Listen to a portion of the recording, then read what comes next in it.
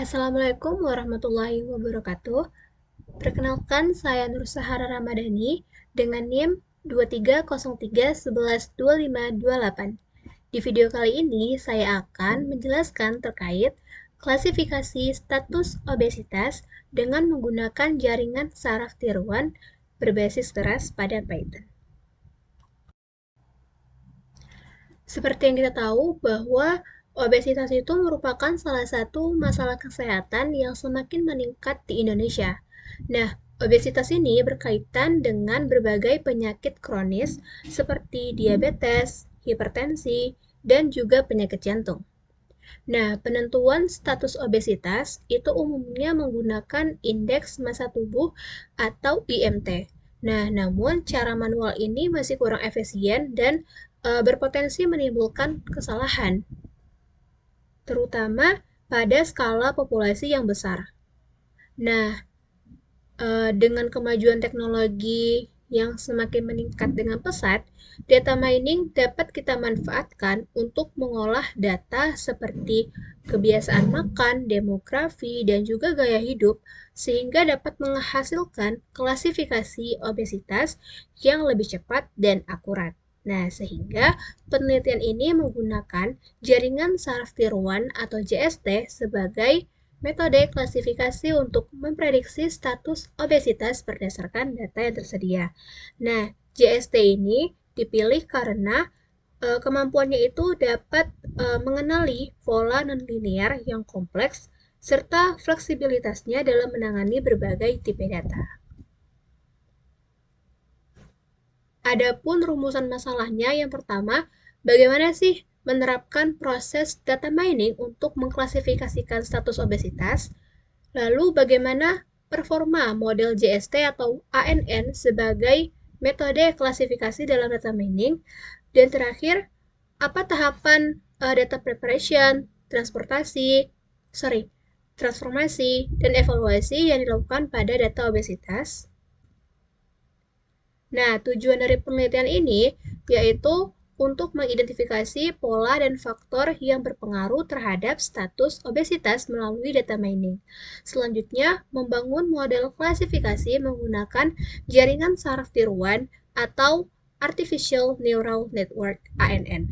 Selanjutnya, mengevaluasi performa model menggunakan akurasi matriks klasifikasi. Nah, untuk manfaat dari penelitian ini, pertama memberikan implementasi nyata penggunaan data mining dalam bidang kesehatan, selanjutnya mendukung proses screening obesitas secara lebih cepat dan akurat, dan yang terakhir menjadi referensi dalam penggunaan JST untuk analisis kesehatan. Nah, obesitas itu ditandai dengan penumpukan lemak berlebihan yang dimana dia itu berisiko terhadap penyakit diabetes, jantung, ataupun hipertensi. Nah, adapun faktor-faktor yang mempengaruhi obesitas yaitu seperti pola makan, aktivitas fisik, gaya hidup, ataupun faktor genetik. Pada umumnya, status obesitas itu diklasifikasikan menggunakan indikator indeks massa tubuh atau disingkat dengan IMT. Nah, selanjutnya yaitu jaringan saraf tiruan atau disingkat dengan JST. Nah, jaringan saraf tiruan ini juga dikenal sebagai Artificial Neural Network atau disingkat dengan ANN, yang dimana merupakan model yang meniru cara kerja otak manusia. Nah, jaringan saraf tiruan ini termasuk ke dalam teknik klasifikasi pada data mining, yang mana dia dapat menangkap pola nonlinear yang kompleks. Adapun komponen dalam model JST ini dia meliputi input layer, hidden layer, dan output layer, yang dimana kegunaannya itu untuk memetakan fitur, yakni pada penelitian ini kita menggunakan kategori obesitas. Nah, penelitian ini dia mengikuti beberapa alur proses data mining yang mencakup pertama yaitu data understanding atau pemahaman data. Selanjutnya yaitu data preparation atau persiapan data. Selanjutnya yaitu transformasi data. Dan selanjutnya yaitu adalah pemodelan atau modeling. Dan yang terakhir yaitu evaluasi. Pada tahap pertama, kita akan memahami bagaimana data yang akan kita gunakan. Nah, pada dataset yang akan saya gunakan yaitu bersumber dari Kaggle tahun 2023 yang dimana datasetnya yaitu obesity level. Adapun variabel fitur yang digunakan yaitu demografi, kebiasaan makan, aktivitas fisik, dan juga gaya hidup. Sedangkan untuk variabel target yaitu no bias state dengan 7 kategori status obesitas. Nah, sehingga dikategorikan ke dalam klasifikasi multikelas. Tahap selanjutnya yaitu persiapan data. Nah, adapun langkah-langkah dalam pembersihan dan persiapan data, yang pertama kita memisahkan nih, yang mana variabel target dan mana variabel fitur. Lalu yang kedua, kita mengubah variabel kategori menjadi one hot encoding. Selanjutnya, kita menormalisasikan fitur numerik menggunakan teknik min-max scaling dengan rentang 0 sampai 1, yang dimana gunanya itu untuk menyeragamkan rentang nilai data. Dan yang terakhir, kita melakukan train test split atau membagi data menjadi data latih dan data uji dengan komposisi sebesar 80/20. Data latih 80% dan data uji 20%, untuk memastikan bahwa proses evaluasi itu dapat dilakukan secara objektif. Selanjutnya yaitu transformasi data, yang dimana kita mengkonversi semua fitur ke bentuk numerik, yang kemudian kita sesuaikan skalanya agar si jaringan saraf tiruan ini dapat mempelajari pola dengan stabil, sehingga dapat membantu meningkatkan akurasi pada model. Nah, selanjutnya kita melakukan pemodelan, yang dimana jaringan saraf tiruan ini digunakan sebagai metode klasifikasi. Nah, adapun modelnya itu kita menggunakan 3 arsitektur. Yang pertama itu ada multi-layer perceptron atau MLP dengan lapisan input sesuai dengan jumlah fitur. Nah, selanjutnya yaitu lapisan tersembunyi dengan aktivasi ReLU. Nah, selanjutnya lapisan output dengan fungsi aktivasi softmax yang menghasilkan probabilitas untuk setiap kelas obesitas. Nah, modelnya ini dilatih menggunakan optimizer Adam dan fungsi loss categorical concentropy. Nah, adapun variasi dari model yang akan kita uji itu ada 3. Yang pertama itu 1 hidden layer, lalu ada 2 hidden layer dan dropout, dan yang terakhir ada 2 hidden layer menggunakan dropout dan juga early stopping.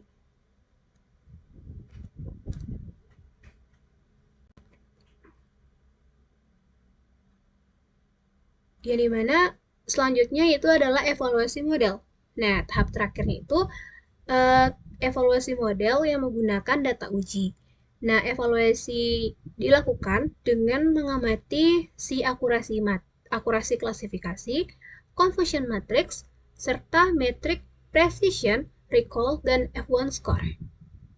Nah, analisis ini tuh diperlukan untuk memastikan bahwa model itu nggak hanya unggul pada data latih, tapi dia juga mampu untuk melakukan generalisasi dengan baik terhadap data baru, sehingga dapat memberikan gambaran bagaimana sih performa model secara nyata, sehingga kita dapat melakukan nih atau menarik kesimpulan dari hasil klasifikasi pada status obesitas.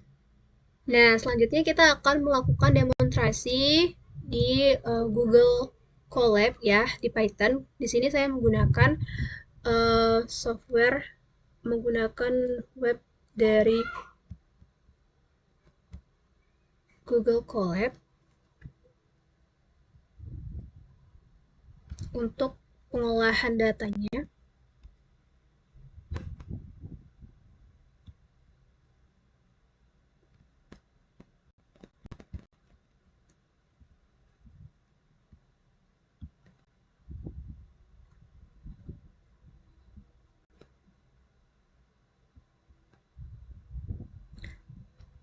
Nah, di sini pertama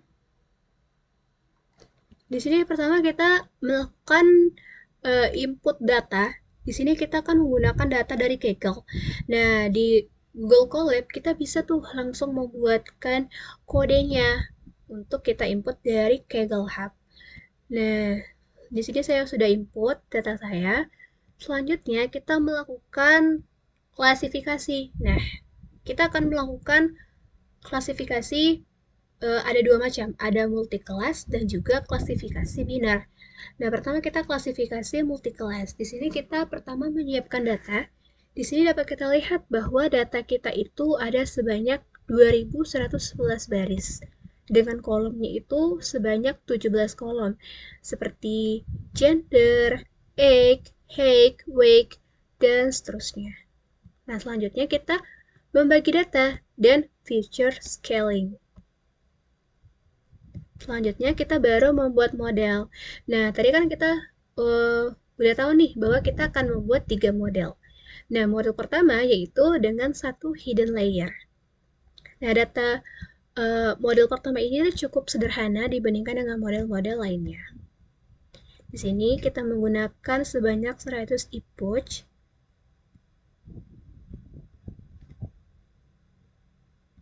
Nah, ini outputnya. Nah, dapat terlihat bahwa model pertama yang dibangun dengan satu hidden layer ini, dia terdiri dari 100 neuron dengan aktivasi relu, serta satu output layer dengan 4 neuron dengan menggunakan fungsi aktivasi softmax. Nah, model ini dia menggunakan epoch seperti yang sudah saya bilang sebelumnya dengan optimizer Adam dan loss function categorical concentropy. Jadi mana setelah dievaluasi bahwa pada model pertama ini mendapatkan akurasi sebesar 93,37% dengan loss sebesar 0,1744. Nah, kita juga melakukan prediksi pada data uji, yaitu pada model 1. Nah, di sini didapatkan bahwa pada matriks klasifikasi, di sini kita lihat bahwa performanya itu solid dengan akurasi secara keseluruhan yaitu 93%. Yang artinya model ini tuh memiliki kemampuan yang sangat baik dalam mengklasifikasikan kelas obesity. Dan untuk presisi dari recall-nya juga cukup tinggi. Pada kelas obesity pun presisinya sebesar 0,99 dan recall-nya 0,99. Dan untuk kelas insufficient dan overweight, insufficient dan overweight juga sangat tinggi, yaitu untuk presisinya 0,92, recall-nya 0,90, dan overweight 0,91, recall-nya 0,94. Akan tetapi, untuk kelas normal, dia cukup rendah dibandingkan dengan kelas-kelas lain. Mungkin ini dikarenakan datanya itu sulit untuk memprediksi secara benar. Akan tetapi secara keseluruhan, jika dilihat dari F1 skornya pun, ini rata-rata pun juga tinggi, 0,93. Nah, dari sini pun kita bisa dapat artian bahwa model ini tuh dia memiliki keseimbangan yang kuat dan mampu melakukan klasifikasi dengan efektif di semua kelas. Nah, pada visualisasi coefficient matrix dapat dilihat bahwa obesity itu dia dapat memprediksi dengan benar bahwa dia itu benar-benar obesity sebanyak 239. Dan untuk kesalahan-kesalahan prediksi lainnya itu cukup sedikit, sehingga model ini juga baik. Nah, untuk model kedua kita menggunakan 2 hidden layer dan dropout. Nah, di sini dapat terlihat bahwa layer pertama itu terdiri dari 128 neuron dengan fungsi aktivasi relu diikuti dengan lapisan dropout sebesar 0,2, di mana ini untuk mengurangi overfitting. Nah, hidden layer kedua itu menggunakan 64 neuron dengan fungsi aktivasi relu juga, dan untuk lapisan luarnya itu sama seperti model pertama. Nah, pada hasil evaluasi model kedua ini menunjukkan akurasi sebesar 94,69% dengan loss sebesar 0,1994. Nah, dari hasil evaluasi ini kita dapat artian nih bahwa eh, pada model kedua ini pun juga dapat mengenali pola data secara efektif dan memberikan performa klasifikasi yang sangat baik pada data uji. Nah, untuk eh, confusion matrixnya, di sini kita lihat bahwa eh, hasil yang didapatkan pun juga sangat baik pada keempat kelas, yang dimana akurasi secara keseluruhannya yaitu 0,95. Kelas obesity itu dia mendapatkan nilai presisi 1 dari call-nya 0,98%. 0,98 atau 98%. Sedangkan untuk kelas normal itu dia sedikit lebih rendah dengan precision sebesar 0,88 dan recall-nya 0,82. Mungkin ini dikarenakan datanya itu keliru saat diprediksi. Akan tetapi untuk semua F1 score-nya itu di atas 80-an. Sehingga model ini pun mampu dia mengklasifikasikan data dengan konsisten walaupun jumlah sampel tiap kelas itu dia berbeda-beda. Nah, sama seperti sebelumnya untuk visualisasi matriks confusion-nya ini, si obesity dia yang paling banyak gitu memprediksikan data secara benar, yaitu sebanyak 235. Nah, untuk model ketiga, yaitu kita menggunakan dua hidden layer, dropout, dan juga callback.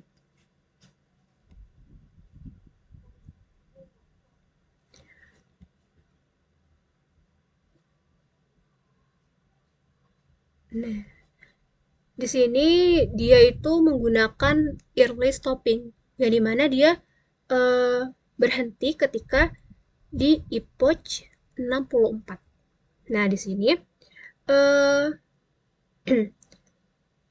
kenapa dia berhenti di epoch 64? Dikarenakan dia sudah mendapatkan hasil yang baik gitu di epoch ke-64 sehingga dia secara otomatis akan menghentikan proses pelatihan jika loss validasinya itu tidak mengalami peningkatan. Dropout dan si early stopping ini dia dapat membantu untuk mencegah overfitting.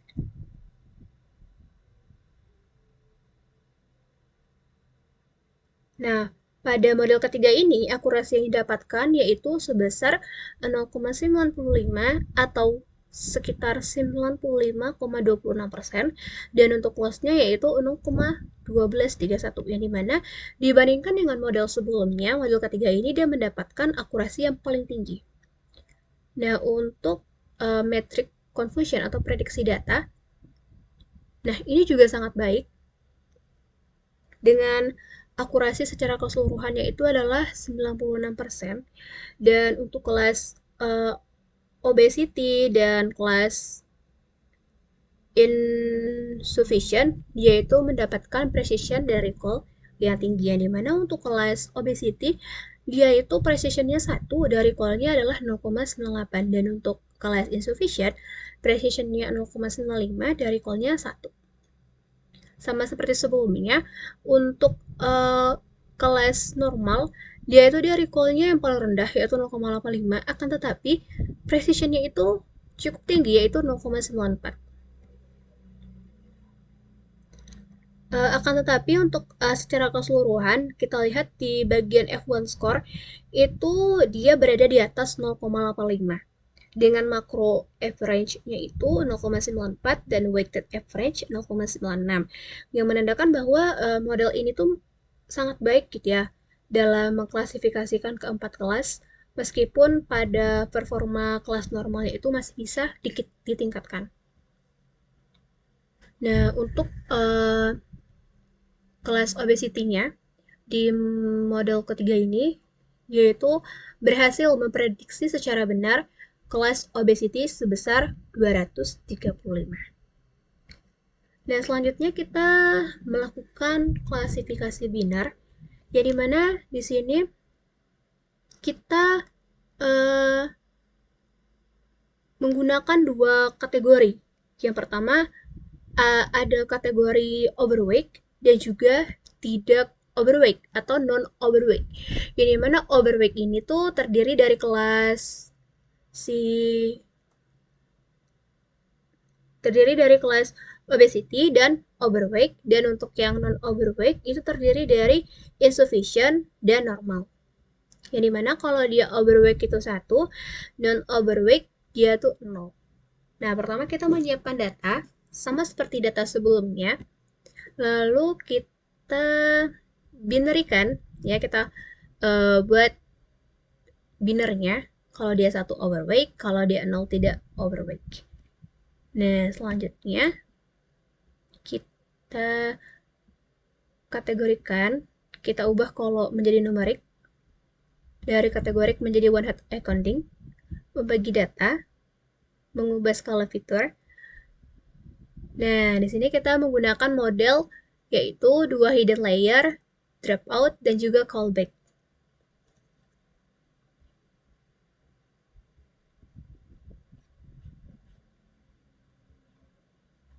Nah, di sini kita menggunakan epoch sebanyak 100.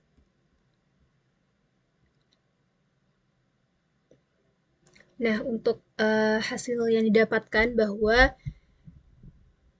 dia tuh memiliki 2 hidden layer, ya, seperti kita bilang tadi bahwa di sini dia menggunakan 2 hidden layer dengan 64 dan 32 neuron, diikuti dengan lapisan dropout dengan tingkatan 0,1. Nah, lapisan luarnya itu kita menggunakan 1 neuron dengan fungsi aktivasi sigmoid dan dilatih dengan fungsi loss binary concentraphy. Nah, arsitektur ini tuh terdiri dari nih 10.949 parameter dengan parameter yang dilatih yaitu 3.649. Nah, sedangkan sisanya itu adalah variabel tambahan. Nah, struktur yang relatif sederhana ini dirancang untuk menyesuaikan masalah klasifikasi biner dengan memisahkan data menjadi 2 kelompok utama, yaitu overweight atau non-overweight. Nah, dropout di sini dia itu berperan sebagai regulasi untuk mengurangi risiko overfitting. Nah, sementara penggunaan 1 neuron pada lapisan luar itu dia memungkinkan model menghasilkan probabilitas antara 0 dan 1, yang dimana dapat memudahkan kita untuk membuat interpretasi pada hasil prediksi.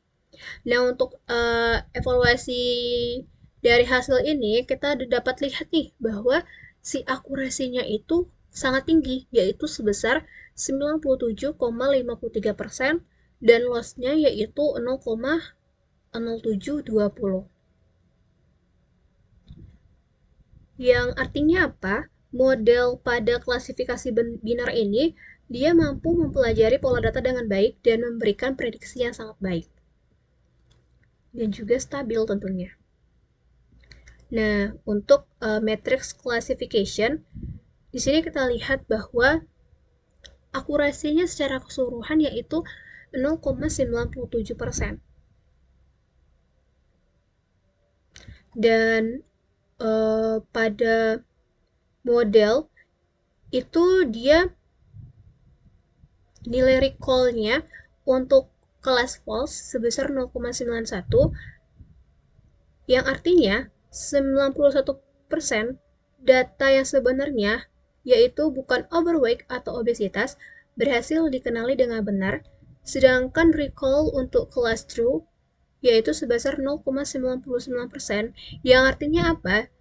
Hampir semua data itu termasuk ke dalam overweight atau obesitas dapat diidentifikasi, dapat dideteksi oleh model. Dengan nilai F1 score yang didapatkan pun pada kedua kelas itu juga sangat tinggi, yaitu untuk false 0,94, true yaitu 0,98, yang dimana mengindikasikan keseimbangan yang baik antara precision dan recall. Nah, visualisasi confusion matrix itu memperlihatkan distribusi prediksi, yang dimana model itu dia memprediksi dengan benar 136 dari 150 data pada kelas Pulse dan 373 dari 378 pada kelas True. Nah, yang dimana hanya ada uh, sedikit false pada kedua kelas.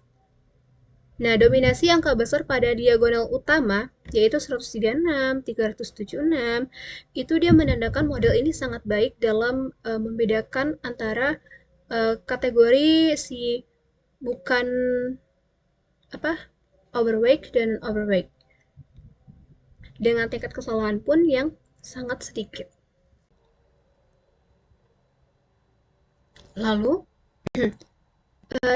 secara keseluruhan dapat kita lihat bahwa dari ketiga model ya, model pertama itu dia mendapatkan nilai akurasi paling rendah dengan sebesar 93,37%. Lalu karena model pertama ini dia sangat sederhana dibandingkan dengan model lain. Lalu untuk model kedua itu akurasinya juga tinggi ya, akan tetapi beda sedikit, beda tipis dengan si model 3. Model kedua ini sebesar 0,9469. Nah, model ketiga inilah yang sangat baik karena dia mendapatkan akurasi yang paling tinggi, yaitu 0,9526 atau dalam artian 95,26%.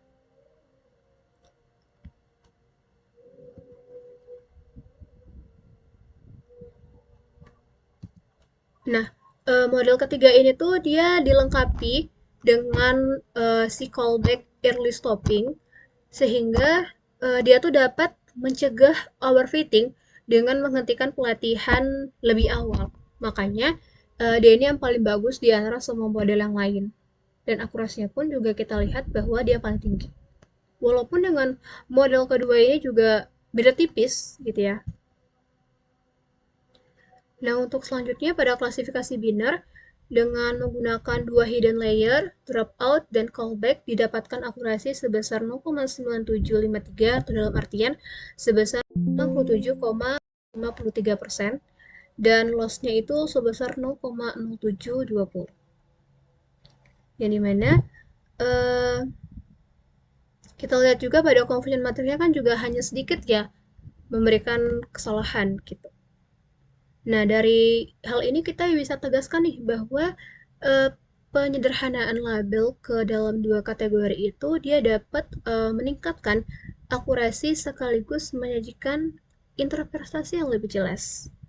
Nah, secara keseluruhan nih, penambahan hidden layer dan juga dropout dan early stopping, dia itu dapat meningkatkan kemampuan model dalam mengenali pola data dan menekankan resiko terjadinya overfitting.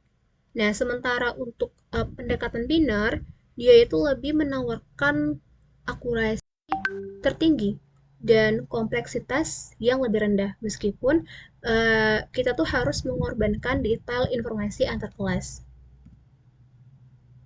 Nah, secara keseluruhan dapat kita simpulkan bahwa pada penelitian ini yang dimana kita menggunakan jaringan saraf tier 1. Nah, dihasilkan bahwa klasifikasi status obesitas itu mendapatkan akurasi yang tinggi. Nah, arsitektur dengan dua hidden layer, dropout, dan juga callback, dia itu memberikan hasil yang paling baik. Yang dimana metode ini dia efektif untuk mengolah data gaya hidup dan dapat menjadi alat bantu screening obesitas yang lebih cepat dan akurat. Nah, sekian dari video penjelasan saya. Semoga dapat dipahami dengan baik. Mohon maaf jika ada kesalahan penyampaian. Wassalamualaikum warahmatullahi wabarakatuh.